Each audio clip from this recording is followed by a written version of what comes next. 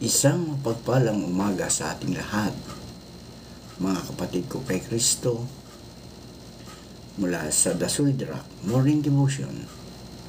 Isang kagalakan na muli tayo ay makapagbulay-bulay sa salita ng Panginoon sa umagang ito. Mga ilang minutong pagbubulay-bulay ng mga salita ng Panginoon upang papurihan at sambahin ang ating Panginoong Hesukristo.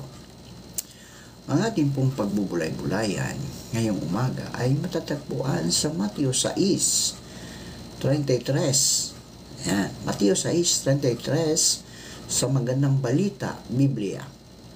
Ito ang sinasabi, "Ngunit higit sa lahat ay bigyang halaga ninyo ang kaharian ng Diyos at ang pamumuhay ng ayon sa kanyang kalooban, at ibibigay niya sa inyo ang lahat ng mga bagay na ito." Pinagpala na po tayo sa pagkabasa at pagkarinig ng kanyang mga salita. Tayo po ay manalangin. Diyos na mapagmahal, narito kami muli sa iyong harapan upang ikaw, o Diyos, ay sambahin sa Espiritu at sa katotohanan. Maraming salamat, Panginoon, sa isang gabing nagdaan sa aming mga buhay na kami iniingatan mo sa aming pagtulog.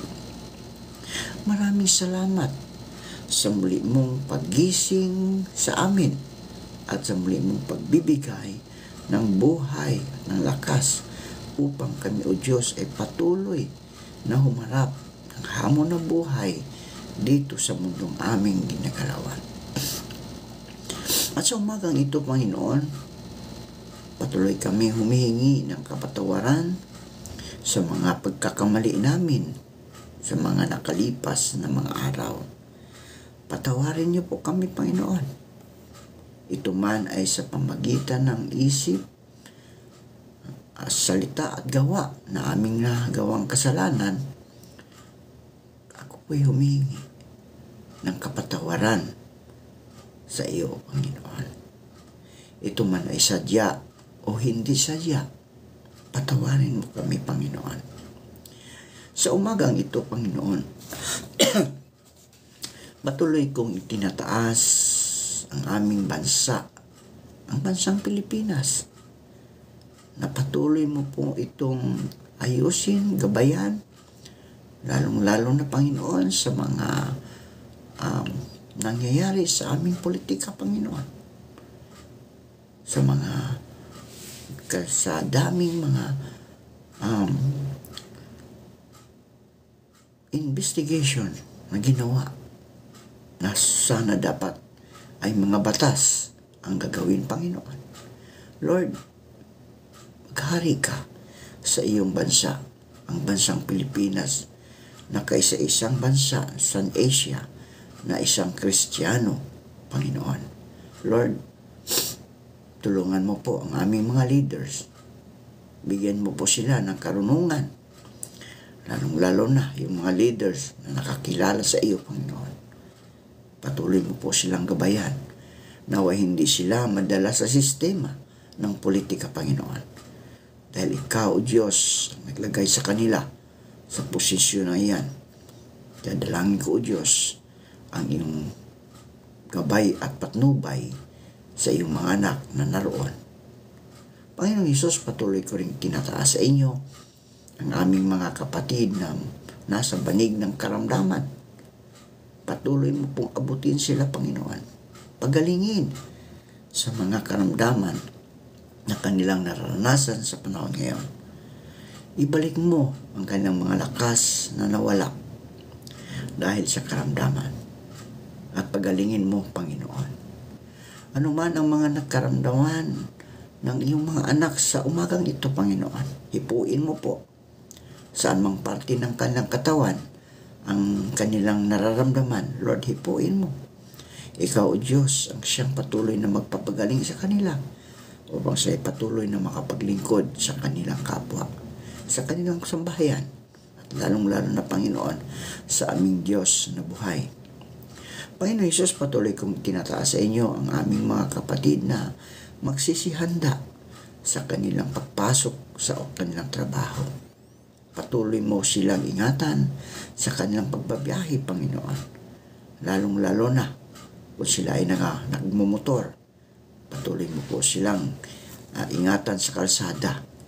At ikaw, Diyos, ang siyang mag-protect sa kanila sa lahat ng oras ng kanilang mga buhay. Dalangin ko, O Diyos, ang aming mga kapatid na naghahanap buhay sa ibang bansa. Ang mga OFW, Panginoon, ingatan mo sila sa lugar kung saan sila naroon, Panginoon. Lalong-lalo na sa mga bansang may kaguluhan. Patuloy mo po silang proteksyonan doon at ilayo mo sila sa anumang kapahamakan. Tulungan mo sila, Panginoon, na magampanan nila ang kanilang trabaho at ang kanyang relasyon sa kanilang mga employer, Panginoon, ay naway maganda at may pag-iibigan sa isa't isa, Panginoon. Gayon din po, Panginoon, aming inilalapit sa inyo ang aming mga kaibigan, kapatid sa pananampalataya na naroon na nanirahan sa ibang bansa. Patuloy mo ingatan sila doon kasama ng kanilang mga mahal sa buhay. At patuloy mo silang gabayan upang ang iyong mga salita, Panginoon, ay sila ay makapag-share ng iyong mga salita sa lugar kung saan sila naninirahan. Huwag nawa silang madala sa anumang mga sistema sa mga bansang kanilang pinuntahan, Panginoon, upang makilala sila na ito'y anak mo, Panginoon. Tagasunod mo, disipulo mo, Panginoon. Lord, salamat. At patuloy yung tinataas sa inyo ang mga anak mo na nagtatrabaho sa mga barko, Panginoon. Ito man ay commercial o ito man ay pampasahero, Panginoon. Ingatan mo sila. Patuloy mo po silang gabayan, lalong-lalo na yung mga barkong bumabiyahe sa ibang bansa. Lord, proteksyonan mo sila, lalong-lalo sa mga may bagyo na dumarating, na malaki ang alon. Ikaw, Diyos, ang siyang patuloy na mag-ingat sa mga anak mong ito upang sila makaranas sila, Panginoon, ng pag-ibig. At ilayo mo sila sa mga pagsubok, Panginoon, sa mga tukso, dahil malayo sila sa kanilang pamilya, Panginoon. Lord, ganun din po, Panginoon, patuloy kong itinataas sa inyo ang mga kapatid naming naghahanap ng trabaho. Ito man ay lokal o abroad, naway makasumpong sila ng trabaho sa tulong ng banal mong Espiritu upang magkaroon sila ng hanap buhay. Amin din naalala ang mga kapatid naming nagsiselebrate ng kanilang kaarawan sa araw na ito, Panginoon. Pagpalain mo po ang lahat ng nagsiselebrate ng kanilang kaarawan. Naway marami pang kaarawan ang darating sa kanilang buhay at kalakasan ang ibuhos mo sa kanila, Panginoon. At lalong-lalo na, Panginoon, ang nagsiselebrate ng kaarawan ay ang iyong lingkod, ang iyong mga anak na patuloy na nagmiministeryo sa ubasan ng aming Panginoon. Lord, pagpalain mo sila. Ilayo mo sila sa anumang kapahamakan kasama ng kanilang buong sambahayan, Panginoon, upang sila ay makapaglingkod sa iyo ng maayos, walang anumang hadlang, Panginoon. Amin ding inilalapit, O Diyos, ang mga kapatid namin na nagsiselebrate ng kanilang wedding anniversary. Patuloy mo po silang gabayan, paingatan, pagpalain mo, Panginoon, ang kanilang pagsasama bilang mag-asawa, Panginoon. Maraming salamat po. At gayon din po, dalangin ko, Panginoon, ang aming mga kapastoran na may retreat doon sa Pangasinan. Lord, ingatan mo sila, naway sa kanilang pagbabalik sa kanilang mga iglesia ay kanilang ma-share ang iyong mga salita na kanilang natutunan sa pulong na iyon, Panginoon. Maraming salamat po. At ito ang aking dalangin na may pagpupuri at pasasalamat sa matamis na pangalan ni Jesucristo na aming Diyos at tagapagligtas. Amen. Hanapin muna ang kaharian ng Diyos. Ayan po ang pamagat ng ating pagbubulay-bulayan ngayong umaga. Anuman ang sitwasyon mo ngayon, mga kapatid, kayamanan man yan o anuman, trabaho man, posisyon man, unang-una kapatid, hanapin muna ang kaharian ng Diyos. Dahil yun ang pinaka-importante sa ating buhay, lalong-lalo na sa ating spiritual na pamumuhay.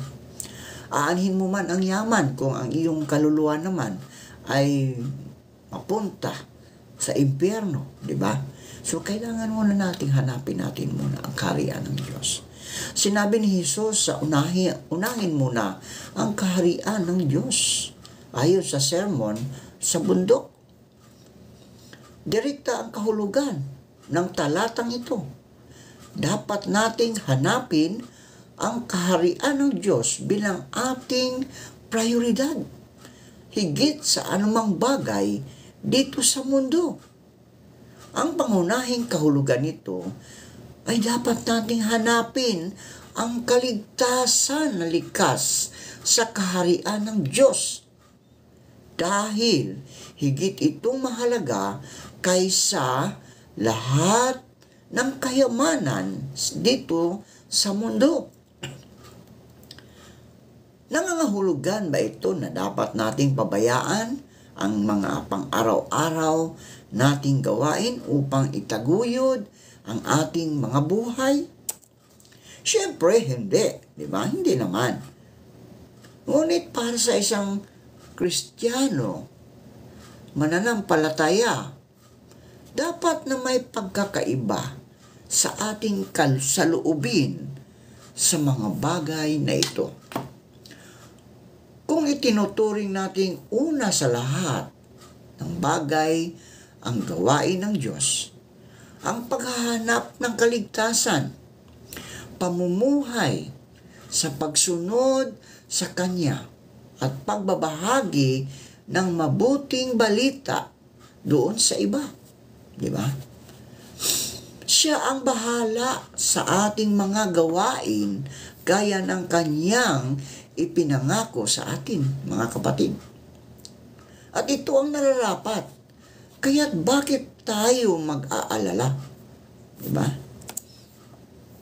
Sabi nga, yung mga ibon na hindi nagtatanim, hindi nag-aalala na ano aman ang kanilang kakainin. Dahil binibigyan sila ng Panginoon ng pagkain sa araw-araw. Tayo pa kaya na Kanyang nilalang? Yung pangako ng ating Panginoon, hindi niya tayo iwanan ni pabayaan man. Diba?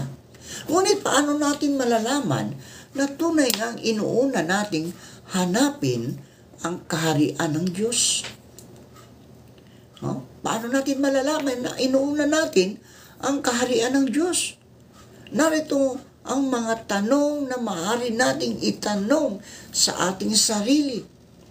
Ano ang mga gawain na higit nating pinaggugulan ng lakas?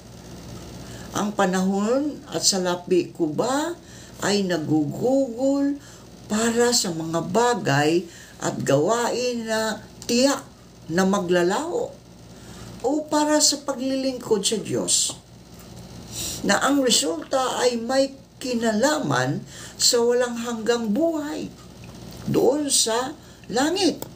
Di ba? So ang mananampalataya na natutunan na tunay na unahin ang Diyos ng higit sa lahat ng bagay ay nananangan sa banal na prinsipyong ito. At lahat ng bagay ay pawang idaragdag sa atin, sa inyo. Yun ang pangako ng Panginoong Jesucristo. Dahil unahin natin ang Diyos, dahil inuuna natin ang Diyos, siyempre, hindi niya tayo pababayaan. Kung ano man ang iyong nararamdaman sa panahon ngayon, kaibigan, masakit ba ang katawan mo? May nararamdaman ka sa katawan? Hindi hadlang yan sa paglilingkod, sa paghahanap ng kaharian ng Diyos. Diba? Hindi hadlang yon. Okay? Kasi, nariyan siya eh. Nahiyan ka pang buhay. upang ipaglingkod mo ang natitira mong buhay para sa buhay na walang hanggan na ating inaasam-asam doon sa kabilang buhay. O, di ba? O dito nga sa mundo, kumpleto ka naman. Mayaman ka, marami kang mga kayamanan. Ang problema ngayon, kapatid, kung tayo ay mamatay, tanong, kung ikaw ay mamatay ngayon, saan ka pupunta? Sa impyerno o sa langit na ang buhay na walang hanggan? Diba? So ipinangako ng Diyos na pagkakalooban niya ng lahat ng pangangailangan, ang lahat ng sa Kanya na nagtitiwala at sumasampalataya. At buhat sa hindi mauubos ng kayamanan ng Diyos, hindi mauubos ng kayamanan ng Diyos, ibibigay niya ang lahat ng inyong kailangan sa pamagitan ng Diyos, sa pamagitan ni Kristo Jesus. Ngunit ang ideya ng ating pangailangan ay laging kakaiba sa kanyang pagkahulugan at ang kanyang panahon ay paminsan-minsan lamang na umaangkop sa ating panahon. Halimbawa na lang, maaring ang nakikita nating pangangailangan ay kayamanan o pagsulong sa ating personal na buhay. Ngunit maaring iba ang nais ng Diyos para sa atin dahil mas alam niya kaysa sa atin kung ano ang ating kinakailangan. Maaring ang kinakailangan natin ay isang panahon ng kahirapan, pagkawala ng isang mahalagang tao o bagay o kalungkutan. Sa tuwing nangyayari ito sa ating buhay, mga kapatid, nasa mabubuti tayong mga kamay. No? Nasa mabubuti tayong mga kamay dahil kasama natin ang Diyos sa anumang lakbayin ng ating buhay dito sa mundo. Huwag tayong mag-alala, mga kapatid. Parihong iniibig ng Diyos tayo, no? Tayong mga anak niya. Katulad ni Job at si Elias. Ngunit hinahayaan ng Diyos na si Satanas nasaktan si Job o tayo, di ba? Minsan sinasaktan din tayo. Meron tayong karamdaman, pero hinahayaan ng Diyos. Ang lahat ng pangyayari ay nasa ilalim ng kanyang kapamahalaan. At hinayaan niya ang isang masamang babae na si Jezebel na durugin ang espiritu ng kanyang propetang si Elias. So sa parehong pangyayari, sinundan ng Diyos ang mga pagsubok na ito ng pagpapanumbalik at pagkakaloob ng kanilang mga pangangailangan. Malinaw na malinaw yon. Pagkakaloob ang ating pangangailangan. Okay. So, ang mga negatibong aspetong ito ng kaharian ay sumalungat sa mga maling katuruan na ngayon ay sumisikat sa buong mundo, ang tinatawag na ebanghelyo ng kasaganaan o ang tinatawag na prosperity gospel. Lumalagong bilang mga bulaang mga ngaral na umaakit ng maraming tagasunod sa likod ng mensaheng nais ng Diyos na payamanin kayo. Ngunit ang pilosopiyang ito ay hindi ayon sa katuruan ng Biblia at tiyak na hindi ito ang kahulugan ng Matthew 6:3. Gawin mong lihim ang iyong paglilimos at ang iyong ama na nakakakita ng kabutihang ginawa mo ng lihim ang siyang magbibigay ng gantimpala sa iyo. Hindi ito isang formula para sa pagpapayaman, mga kapatid. Hindi ito isang formula, kundi isang paglalarawan sa pagkilos ng Diyos. Itinuturo ni Jesus na ang ating pansin ay dapat na palayo sa mundong ito ang kasamaan at ang kasinungalingan sa likod ng pang-aakit nito at sa halip, mga kapatid, at sa halip, ituon natin ang ating pansin sa mga bagay sa kaniyang kaharian, ang buhay na walang hanggan, ang langit. Manalangin tayo. Salamat, O Diyos, sa mga salitang aming na pagbubulay-bulayan. Naunahin namin ang iyong kaharian kaysa anong pa bang mga bagay na narito sa mundo.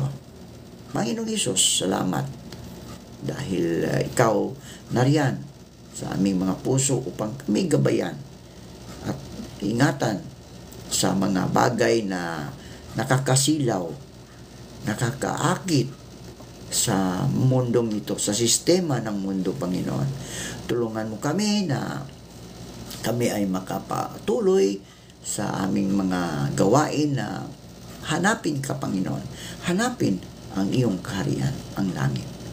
Panginoon Hesus, sa umagang ito, dalangin kong pagpalain mo ang lahat ng naghahanap sa iyo, nakikinig sa iyo, gumagawa para sa iyo, Panginoon, ng mabuti, nagmamahal sa kanilang kapwa.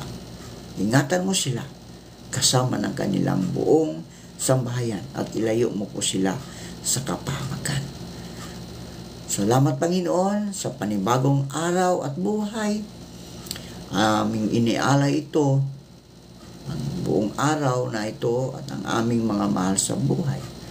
Gabayan at patnubayan niyo po kami sa araw na ito at ilayo sa anumang kapahamakan. Amen.